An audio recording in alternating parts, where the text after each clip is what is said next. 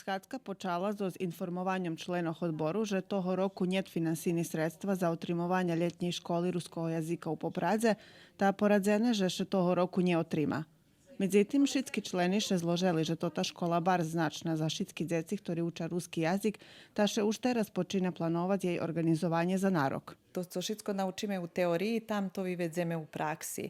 Oni še tam druža, uča i komunikuju baš po ruski. Kad vidu na ulički, do predavanjoh, oni sami pohopjuju, že še ljehčejše znajdu i s ľudzmi pobešeduju baš prave po ruski, bo ih tak rozumija. Kad bi to napríklad bilo dakle tu u nas, već bi, abo u Novim Sadze, abo dakle na drugim mjesece, već ne znam, že, či bi to okolisko isto tako uplivalo na njih, bo bi oni to već automatski hasnovali i srpski jazik. Členi odboru za obrazovanje dostali i informaciju o projektu državne maturi za štrednjoškolcoh, otrimanim stretnucu predškolskih djecog z ruskog kerestura, Kocura i Đurđova, a tiž i o upisu djecog do predškolskih grupoh, do perše klasi osnovne školi u tih troch mestoh i do gimnaziji u ruskim keresture. Думам, že barez še nam dobro udalo, že postignuti to, co sme chceli i probovali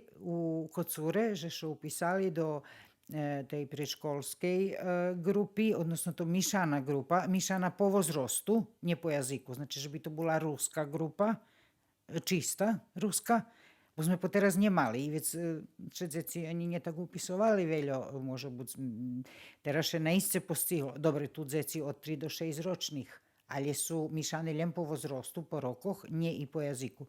Schadzka odboru za obrazovanje bola konstruktivna i dala naprijamki za daljšu robotu toho cela z ciljem unapredzovanja obrazovanja po ruski.